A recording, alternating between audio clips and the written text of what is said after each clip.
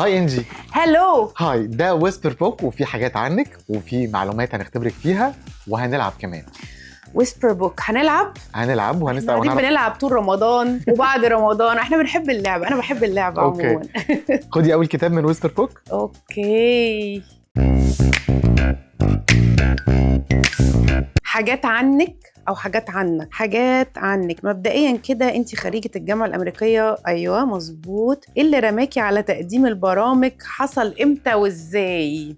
I think ان انا قلتها كتير، بس هو انا بتفرج على افلام وبحب السينما من زمان قوي وانا صغيرة، وكنت بسافر بحضر بريميرز وافلام كتيرة قوي بره وعروض خاصة وكده. وبعدين امينة شلباية صاحبتي قالت لي ان في قنوات المتخصصة بتفتح، فتعالي قدمي بروجرام عن السينما، عشان هي عارفة ان انا بحب السينما والمزيكا. انا بموت في حاجة اسمها ارت، الفنون كلها، مزيكا، رسم، طبخ، تمثيل، كل حاجة. فقالت لي تعالي قدمي برنامج وفي قناة جديدة بتفتح وهيعملوا لنا اختبار. فاخدت بصراحة، كنت واخدة الموضوع بمنتهى البساطة في الأول، وقلت يا جت يا صابت يا خابت. رحت فعلا قدام لجنة تحكيم كبيرة جدا، أساتذة يعني، كان أستاذ رضوان الكاشف وأستاذ طارق الكاشف وأستاذ حسن حامد وأستاذ يوسف شريف رزق الله، ناس كتيرة قوي، واختبروني. وكان معايا مراد مكرم، واتكلمنا عن فيلم تايتانيك. كنا المجموعة كلها اللي طلعت وانطلقت من قناة النيل، منوعات القنوات المتخصصة، والنهاردة كلهم ستارز وسوبر ستارز في التمثيل وفي التقديم، وكلهم بابليك فيجرز مهمين جدا. ومن هنا بدأت السكة. فحبي الشديد للسينما وللفن هو اللي رماني الرمية دي، ومش عارفة أعمل حاجة تانية. لجنة التحكيم قالت لك إيه بعد ما عملتي الاختبار أنتِ ومراد؟ قالوا لي كويس، بس كانت لجنة التحكيم في ماسبيرو، فعايزة أقول لك مكان محترم جدا وفي تاريخ كبير قوي. كنت سعيدة وكنت مخضوضة في نفس الوقت، بس قالوا لي كويسين وخلاص. وغابوا وأنا قلت خلاص الفكرة راحت من نفوخي خالص، يعني مبقتش يعني خلاص. وبعدين لقيت تليفون مدام سلمى الشماع وعايزينك وتيجي والقناة، وبدأنا من هنا. بدأت نعمل اجتماعات كتيرة قوي كل يوم، وهنعمل ايه والبرامج، وانتي بتحبي تقدمي برنامج ايه وشايفة نفسك في ايه. فكانوا بيسألونا وكانوا بيشوفوا احنا حابين ايه نكبر فيه، ودي كانت حاجة حلوة قوي قوي قوي. كنا مختلفين، كنا كلنا مختلفين. ما بقاش يحصل دلوقتي الكلام ده. هو ما بقاش يحصل الكلام ده خالص. لا ما بقاش. انت كل يوم يعني كل فترة بتلاقي فيه مذيع او مذيعة طالعين بيكونوا موجودين وخلاص. ما بتبقاش عارف بقى دول ايه، تم اختبارهم ما تمش اختبارهم، هل مثلا هم في حد بواسطة مش بواسطة، ما اعرفش بيطلعوا ازاي دلوقتي بصراحة. بتتابعي مين يا انجي؟ في ايه؟ في المذيعين والمذيعات. في المذيعين والمذيعات صدقني لو قلت لك اني بطلت اتفرج، يعني ما بحب اتفرج على حاجه بخش على البلاتفورمز، لان البلاتفورمز انت اللي بتختار، عندك رفاهيه الاختيار. واحب اتفرج على افلام طول الوقت، بتفرج على السينما. يعني الفتره الاخرانيه وكان في رمضان كان توزيع جوائز الاوسكارز وقبليها جولدن جلوب، فبجد بتفرج على السينما طول الوقت اكتر ما بتفرج على بروجرامز. يعني كان في ذا سبستانس وذا بروتالست وإيميلي بيريز، وافلام ومزيكا وبرودكشن وحاجة بيوند. أنا طول الوقت بحب أتفرج على السينما، يعني أنا أمور انتو سينما. بحب جدا أحضر مهرجانات، بحب جدا أشوف الناس دي بتعمل الأفلام دي إزاي. وده على فكرة أنا حبي الشديد للسينما جه من هنا، إن أنا الناس دي بحبها قوي، فعايزة أقعد معاها، عايزة أسألها، عايزة أعرف عنهم كتير. فشغفي للأعمال دي هو اللي خلاني بقيت مذيعة. أنا مش طالعة أكون مذيعة علشان تبقى موجودة وخلاص، أو كمالة عدد، أو ناس تشاور عليا، أو شهرة. لا خالص. أنا سنة معروفة ومشهورة من وقت كنت بعمل إعلانات. يعني كنت بعمل إعلانات وزبادي يعني جهينة وجولد ستار والحاجات دي كلها. عمري ما كان هو ده بالنسبة لي الهدف. يعني لو تبقى معروف، أنا معروف من وأنا في ثالثة إعدادي، كنت راكبة العربية جنب مامي ماشية أسافر بره، كانوا بيشاوروا عليا بيسلموا عليا، مش حبا في الشهرة. في ناس بتسعى لده حبا للشهرة، عايزين يمثلوا حاجات كده، بس أنا عمري ما كان ده. أنا بجد حبي الشديد هو اللي خلاني، أو هو اللي رماني الرمية دي زي ما انتوا كاتبين. اللي بعد السؤال اللي بعده هنا برضو. أوكي، عملتي إعلانات في بداية مشوارك، يلا فكرينا بأول إعلان عملتيه، ولو إعلان فاكرة غنوته سمعينا كانت إيه. لا ده أنا عملت كتير قوي. أول واحد كنت بعمل مع طارق نور. بص أنا مش فاكرة قوي، بس فاكرة عباد الشمسيلة صافي طازة في الإزاز. كنت بحبه قوي.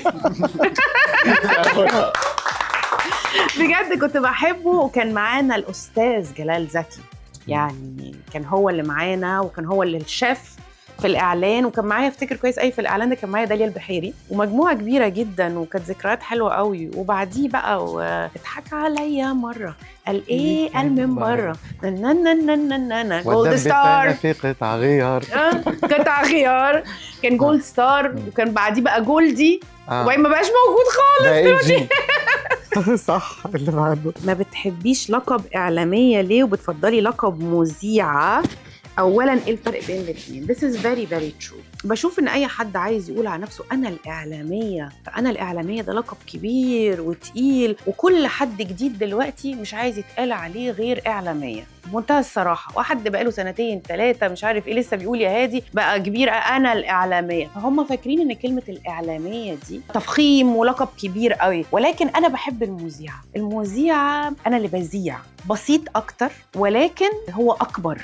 فأنا كشخص أنا بحب البساطة أكتر عموماً في كل حاجة في حياتي، فبحب طول عمري بميل للقب المذيعة أكتر من الإعلامية. شايفاها منظرة فارغة يعني. منظرة فارغة، وأنا ماليش في المنظرة خالص. شوينج أوف ده ملوش 30 لازمة في حياتي. ثانياً مين مذيع دلوقتي؟ مين إعلامي عشان نفهم؟ مين أقول عليه مذيع مين أقول عليه إعلامي؟ هم كل الموجودين دلوقتي رافضين لقب مذيع ويعشقون لقب إعلامي. من وجهة نظري المذيعين قليلين جداً ويتعدوا على صوابع الإيد الواحدة.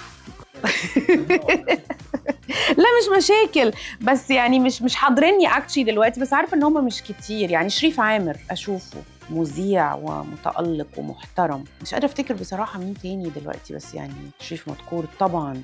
فكرني قولي تاني. لا عندنا كتير طبعا، عندنا كتير. عندنا عمرو أديب.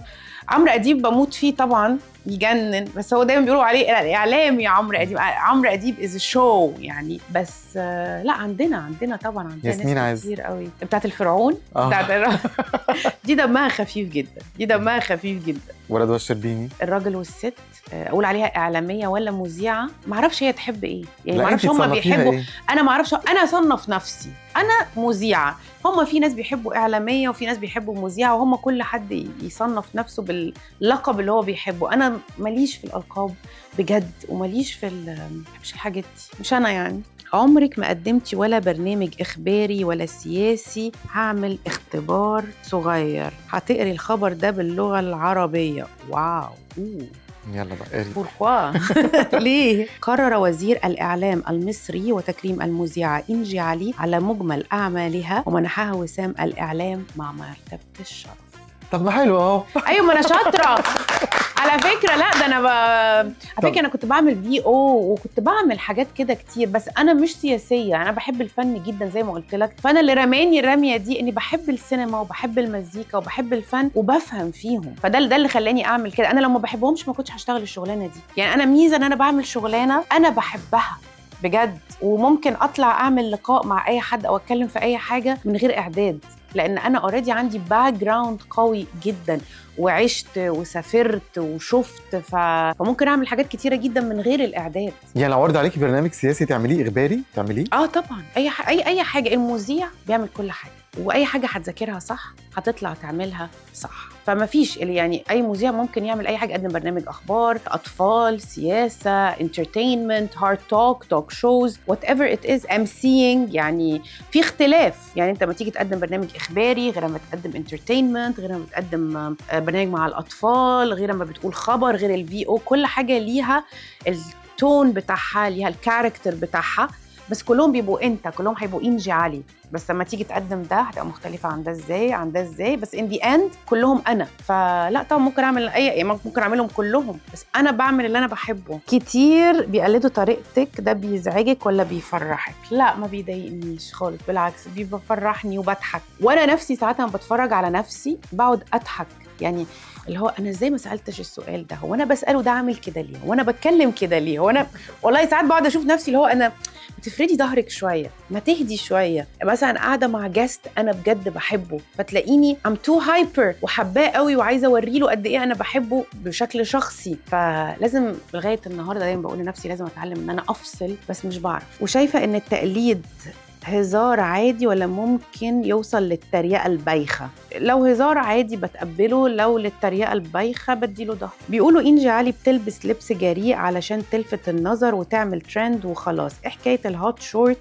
اللي حققوا معاكي بسببه؟ بلبس لبسي، بلبس دولابي، بلبس انا بعيده كل البعد عن اي ترند وعن الحاجات دي خالص. بالعكس انا بستغرب ان فجاه ببقى ترند، او بستغرب ان بقى ايه يا نهار ابيض انت مش عارف ايه. بستغرب جدا الحاجات دي. عمري في حياتي ما كانت في نيتي والله، ولا ان انا الفت النظر، ولا ان انا اوري بالحاجات دي. انا من يوم ما طلعت وانا دي طريقه لبسي وده الستايل بتاعي. اتس ليتل بيت بوهو ستايل، ده طريقتي. والشارت اللي حققوا معايا فيه كان من خلال مش فاكره كان مهرجان، كان في احدى المهرجانات، وكنتش لابسه هوت شورت خالص، والتسجيلات موجوده. هم بس ما بيحبوا يقوموا الدنيا فبيقعدوا يكتبوا كلام إنجي علي بالهوت شورت. اكيد مش هروح لابسه هوت شورت. انا اصلا في العادي ما بلبسش هوت شورت، يعني دولابي ما فيهوش هوت شورت. فالكلام اساسا كان غير منطقي. واعتقد ان انا مذيعه وبقالي فتره طويله وعارفه ايه اللي يتلبس فين وامتى، مش محتاجه حد يعلمني ده فين وده فين وده فين. دي كانت بدله it was a suit تاكسيدو شورتس، كانت بليزر على شورتس، وكان من الجنب الخط بتاع التاكسيدو. فإت واز شورت زيها زي طولها كان زيها زي الجيب او زي السكيرت، وعليه بليزر.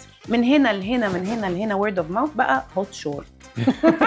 اللي بعده لذيذ، مش بتضايق يعني، بالعكس بقعد اشوف الحاجات دي وبضحك. اتجوزتي مرتين بس؟ المفروض اتجوز كم مره؟ وبترفضي كل العرسان اللي بيتقدموا لك؟ كرهتي صنف الرجاله ولا علشان تالا بنتك ما تزعلش؟ لا، تالا بنتي في الاول كانتش عايزاني اتجوز خالص خالص خالص. بالعكس دلوقتي لما كبرت شويه فهمت يعني ايه حب، وفهمت يعني ايه اي ست ممكن تكون محتاجه راجل، اي ست محتاجه ان هي تحب، وبدات تعرف ان الحب ده حاجه حلوه قوي. وانا دايما بقول لها ان الحب ده حلو قوي، وحلو قوي ان قلب الواحد يدق تجاه حد ويحترمه ويخاف عليه، والتاني يحبه ويخاف عليه. فبالعكس انا علمتها ده كويس قوي وبغذيه فيها جدا. يعني ما كرهتش صنف الرجاله خالص، بالعكس الرجاله صنف لذيذ جدا وناس لطيفه جدا، وعندي اصدقاء كتير جدا رجاله وستات، فلا بالعكس ما كرهتهمش خالص. ترفضي العرسان طيب؟ يمكن مش قادره يعني يبقى في حد دلوقتي، مشغوله جدا، عندي حاجات كتيره قوي، وعلشان يكون فعلا في زوج فهو بيتطلب مني حاجات كتير قوي. يمكن انا في الوقت الحالي مش هقدر اديله ده. على رأي فوفا I don't have time. I don't have time. يمكن later، بس for now ما بفكرش في الموضوع ده خالص الصراحه.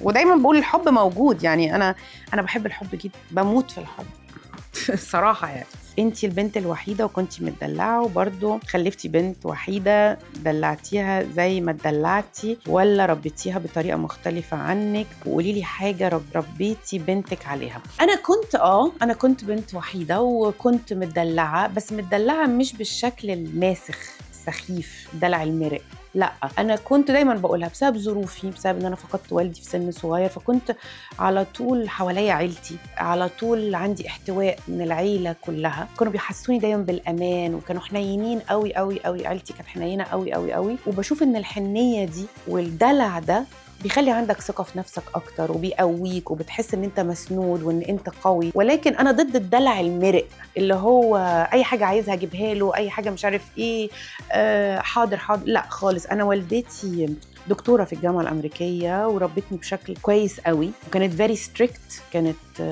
يعني ما كانتش مدلعاني بالدلع اللي الناس بتقوله، ولكن كان في احتواء وكان في حب شديد جدا. وربيت بنتي بنفس الطريقة لأني ما أعرفش غيرها، ولكن يمكن بطريقة متحضرة شوية أكتر للزمن اللي احنا فيه.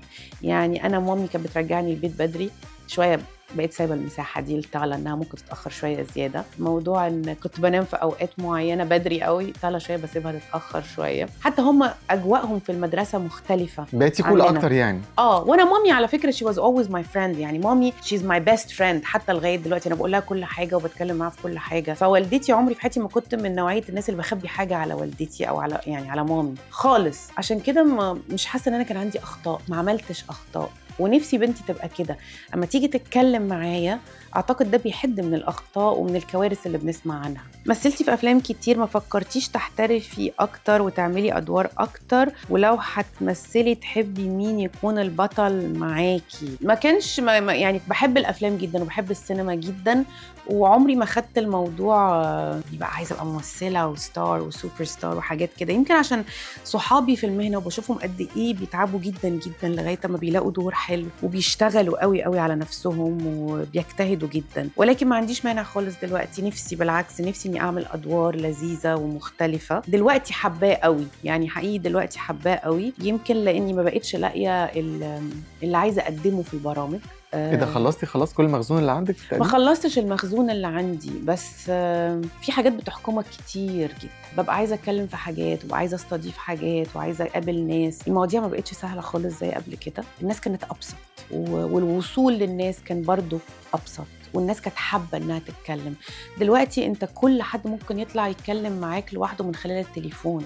فالاعلام نفسه كله اتغير، الشكل نفسه كله اتغير. الهارد توكس بقت كتيره قوي. انا ضد ما بحبش اجيب ضيف اقعد احرجه واساله واضغط عليه. انا في الاخر هو بني ادم زيه على فكره، فما بحبش اعمل كده. يعني حاسه دلوقتي ممكن عايزه اعمل ادوار مختلفه وادوار جريئه يبقى هو البطل قدامك في اول فيلم. بحب هشام ماجد. بحب هشام ماجد قوي، بحب هشام ماجد، بحب فراج، بحب تايسون. يعني بحب المجموعه دي جدا جدا، شاطرين وناجحين وجامدين، وكل واحد خلق ثقه بينه وبين الجمهور. ما عملتيش ولا عمليه تجميل، بس قلتي عايزه تعملي رقبتك، ايه اللي منعك لحد دلوقتي؟ ما عملتش ولا عمليه تجميل خالص، وبترعب ومش عايزه وبخاف قوي قوي قوي، وده اللي منعني لغايه دلوقتي، اني بخاف جدا. بلس ان انا عندي اوتو اميون، فانا مش ما ينفعش اتعرض لبنج. يعني لازم يوم ما اخد بنج لازم تبقى حاجه جامده جدا جدا جدا، لان البنج مش كويس بالنسبه لي. ده حاجه. الحاجه الثانيه دايما بقول على رقبتي، لان انا عندي كده شويه خطوط في رقبتي من زمان خالص، دول وراثه وبيضايقوني، ولو فكرت ان انا اعمل عمليه هتبقى عايزه اعمل الحته دي كده، من افردهم كده. بس انا عايشه بيهم بقالي كتير قوي على فكره. يعني انا من زمان، يعني هم مش حتى مش سن، هم وراثه اكتر، وطبعا اكيد بالسن بيزيدوا. يعني عمري ما بحسش اني بكبر خالص، مش عارفه ليه وازاي، بس عمري ما حسيت اني كبيره، عمري. وده احساس غريب. يعني امتى هكبر؟ اقول لك السؤال، بيطلع لك اشعاع كتير من بس صوره بتطلعي فيها او شويه دلع في فيديو. ايوه. فانت ناويه تتغيري ولا لا زي ما انت؟ لا، هو ده انا ما بتدلعش على فكره خالص، والله العظيم ما بتدلع.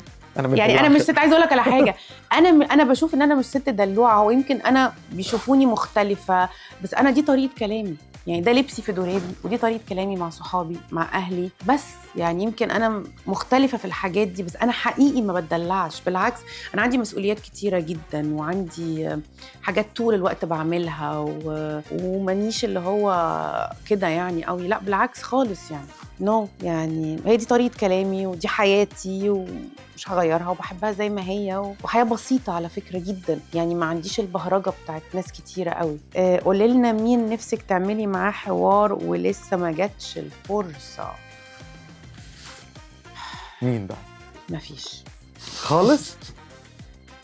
مفيش ولا حد نفسك معاه حوار بجد؟ مش مصدق والله. انا عملت لقاءات مع ناس مهمه جدا وحلوه جدا وحقيقيه جدا وعالميين بجد، وقابلت شخصيات مهمه قوي قوي قوي. انا بعتبر نفسي غنيه جدا. اهبد ما يهمكش. وبما انك مذيعه هختبرك اختبار اعلامي، ولو ما عرفتيش اهبدي ما يهمكيش، ومهدي هيغششك الإجابة. أوكي. مين قال العبارات التالية وفي أي برنامج؟ يا نجاتي أنفخ البلالين. طبعا الرائع ألف رحمة ونور عليه إبراهيم نصر، الفنان الجميل. وعملت معاه لقاء في مكتبه، كان بيعمل الكاميرا الخفية بالميك اب بتاع زكية زكريا وضوافره والحاجات دي. أنفخ البلالين يا نجاتي، الحاجات دي كنت بموت فيه. اسمحي لي أسألك وأحرجك أستاذي، ألف رحمة ونور عليه أستاذي، وعلمني حاجة مهمة قوي. قال لي السؤال في حد ذاته إنك تسأليه ده ليه قيمة حتى لو ما خدتيش عليه إجابة. ودايما كان يقول لي اقري اقري اقري، وجاب لي كتب كتير قوي من إهدائه، وعندي الإهداء لغاية دلوقتي. مفيد فوزي. برافو. اسمح لي أحرجك وجملته الشهيرة ولكن هو كان صديق وأستاذ وحد غالي جدا جدا عندي. أستاذ ممكن دايما لما في مشكلة يا أستاذ مفيد يا أستاذ مفيد، لو في أي مشكلة. وياما عملت معاه حلقات عن عبد الحليم حافظ، كانت كل ذكرى مع عبد الحليم كان لازم يكون معايا أستاذ مفيد وأستاذ وجدي الحكيم. يا مساء الأنوار، ده كورة صح؟ كورة، يا مساء الأنوار، يا مساء مدحت شلبي. صح. كورة كورة كورة كورة، بس أنا ماليش في الكورة قوي يعني، بس أوكي، ما أنا أهلاوية بس ماليش في الكورة قوي يعني. وعملت قبل كده انترفيو مع ريال مدريد، مع فريق ريال مدريد لما جه يلعب هنا مع الأهلي، جبناهم بالطيارة مصر الطيران، جبناهم هنا وقعدوا كانوا قاعدين في فندق الماريوت وخسروا عشان وديناهم الصبح الأهرامات، فقعدنا نقول بقى لعنة الفراعنة والحاجات دي، ورجعوا كانوا يجننوا. عملت لقاءات بقى مع روبرتو كارلوس وفيجو وراؤول، كانوا يعني فاهم، شفت حاجات حلوة بصراحة جدا. يقول لنا 3 برامج كانوا بيتذاعوا على النيل للمنوعات، اسهر معانا، ألو منوعات اللي أنا كنت بقدمهم، وبعد العرض. 3 برامج دول كنت أنا اللي بقدمهم، بعد العرض ألو منوعات واسهر معانا. 3 ممثلين قدموا برامج، أشرف عبد الباقي، تامر حبيب اللعبة، وأمير كرارة. ايوه صح. وأمير كرارة أيوة صح. سنة كام بدأ بث التلفزيون المصري؟ 1950 51 صح. ليه مبنى التلفزيون اسمه ماسبيرو؟ ده سؤال لذيذ قوي وما اعرفش اجابته، بس ده حلو قوي. ماس لا ما بلاش تجودي، بلاش اجاوب. انت هتهبدي بس ما تجوديش. بس يعني ماسبيرو. طب ايه؟ هو على اسم حد. على اسم حد ليه علاقة بالتلفزيون؟ ليه علاقة بالبنى والمعمار. لا صعب قوي. جاستن ماسبيرو هو اللي مصمم. جاستن ماسبيرو هو اللي مصمم مبنى الإذاعة والتلفزيون. أيوة. هو فرنساوي. عايزة أقول لك على حاجة، مبنى الإذاعة والتلفزيون ده أنا بشوفه يعني كل شوية نقعد نسمع إن هو هيتباع، إن هو مش عارف هينقلوه فين، إنه هيتهد، إنه مش، أنا شايفة إن محدش يجي جنبه. ده أصبح دلوقتي صرح عظيم جدا. It's a piece of antique. It's an antique. ده لازم يتحافظ عليه ويدهن كده، واللي هيفضلوا يشتغلوا فيه ناس معينين، ناس كواليفايد، والمبنى ده لازم يفضل زي ده. انت بتقول انا رايح جنب ماسبيرو، ورا ماسبيرو، قدام ماسبيرو، تخيل بقى لو المبنى ده مش موجود، ازعل جدا بصراحه. وزيه في فرنسا بالظبط نفس الديزاين. طبعا احنا كنا زينا زي فرنسا بالظبط في كل حاجه، في الاركيتكت احنا كل المباني عندنا، يعني انا بزعل لما بلاقي حاجه بتتهد، لانه لما تتوضب وتفضل بالديكورات بتاعتها القديمه مش هتعرف تعمل زيها تاني. ترجمي الى اللغه العربيه كلمه تلفزيون وراديو، يعني ايه؟ يعني التلفزيون دي باللهجه باللغه اجنبيه، بالعربي اسمه ايه باللغه العربيه؟ تلفزيون. لا ده كده فرنسي، لا كده انجليزي. ايه طبعا مش فاهمه. مش عارف، مش فاهمه السؤال. تلفزيون، كلمه التلفزيون دي بالفرنساوي. بالعربي ايه بقى؟ تلفزيون. لا. شاشه عرض. لا. جايه من الرؤيه. الرائي. لا دي صعبه قوي يعني. والله خلاص شويه. والراديو يا ترى هيكون ايه؟ سهل ده. الراضي. صعب قوي بقى، ايه مش عارفه. جايه من الاذاعه. والاذاعه والتلفزيون. مذياع. ده مغربي قوي. لا باللغه مذياع. جاستن ماسبيرو. انت علمتني النهارده حاجات. في اللعبه دي هنلعب معاكي لعبه جاس سيلبرتي. اقلبي الورقه وخلي الكتاب قدام الكاميرا ويلا نشوف هتعرفي ولا لا. اقلبي الكتاب. ايوه اقلبي اول ورقه. انت هتقولي مين ده؟ لا انت اللي هتقولي لنا. جاس سيلبرتي، انا مش عارفه مين. طيب قول، راجل ولا ست؟ ست. ممثله؟ لا. شخصيه عامه؟ عام. مذيعه؟ ايوه مذيعه. اقول ايه تاني؟ مذيعه مشهوره ولا مغموره؟ مشهوره جدا. مشهوره جدا. مهرجانات كتير افري وير. كانت متجوزه حد مشهور قوي. بوسي شلبي، محمود عبد العزيز. صح. ايوه طبعا. بوسي صديقه وحد بحبه جدا، وياما كنا نتقابل في المهرجانات وانا اقول لها طب الجاس ده انا عايزاه، تقولي طب الجاس ده انا عايزاه، طب خلصي انتي اخلص انا. على طول كنا دايما كده، وانا بحب العلاقه دي لان في الاخر العلاقات الانسانيه هي اللي بتدوم، يعني حتى هي عملت شغل كويس وانا عملت شغل كويس، فكنا دايما في النهايه احنا مذيعات مصريات لازم بنجتهد عشان احنا واجهه لمصر في اي مهرجان، فكنا دايما في ظهر بعض بنساعد بعض. عموما هابي رمضان يا بوسي، وكل سنه وانت طيبه يا حبيبتي. قلبي الورقه، في كمان معانا في كمان؟ في سليب، في كمان 2. يلا. مش شايفه، راجل ولا ست؟ لا راجل. راجل مذيع؟ لا. ممثل؟ ممثل كبير ولا صغير؟ بعد الشباب بشويه. بعد الشباب. جيلي؟ جيل يعني وسط؟ جيل وسط. ايوه. جيل وسط. طيب كان ليه ترند معاكي؟ باسم سمرة الجاز. باسم سمرة ده منامور، ده بحبه جدا. وباسم سمرة حد بحبه بحترمه وصديق وحد غالي جدا عليا. والترند اللي احنا عملناه باسم كان حلو قوي، بس دايما بقول وبأكرر ان الترند ده اتشال منه جملة مهمة جدا اللي هو كان بيقول عليها الله يرحمه، كان على أستاذ محمد خان. فاللي منتج الفيديو كان شاطر قوي، ولكن في النهاية باسم قال الله يرحمه على أستاذ محمد خان، ودي ما بانتش في الترند بتاعت جاس. ولكن باسم حد بيفهم إنجليزي وبيفهم فرنساوي ومثقف جدا، فكان دمها خفيف. بس يعني باسم حد متعلم قوي كمان. قوي قوي قوي. اللي بعد. راجل ولا ست؟ راجل. راجل برضو. كمية الرجالة اللي في حياتي ما لقيناهوش في حياتي، جبناهم لك في الصور. راجل ممثل؟ لا هو مينلي مش ممثل. مش ممثل. مذيع؟ لا. بيغني؟ ايوه. مغني مشهور جدا جدا. عمرو دياب. صح. عمرو دياب مشهور جدا جدا جدا. الهضبة وشكرا من هنا لبكره. خلاص اقدر ابص؟ خلاص احنا كده خلصنا. شكرا جدا. ويسبر بوك.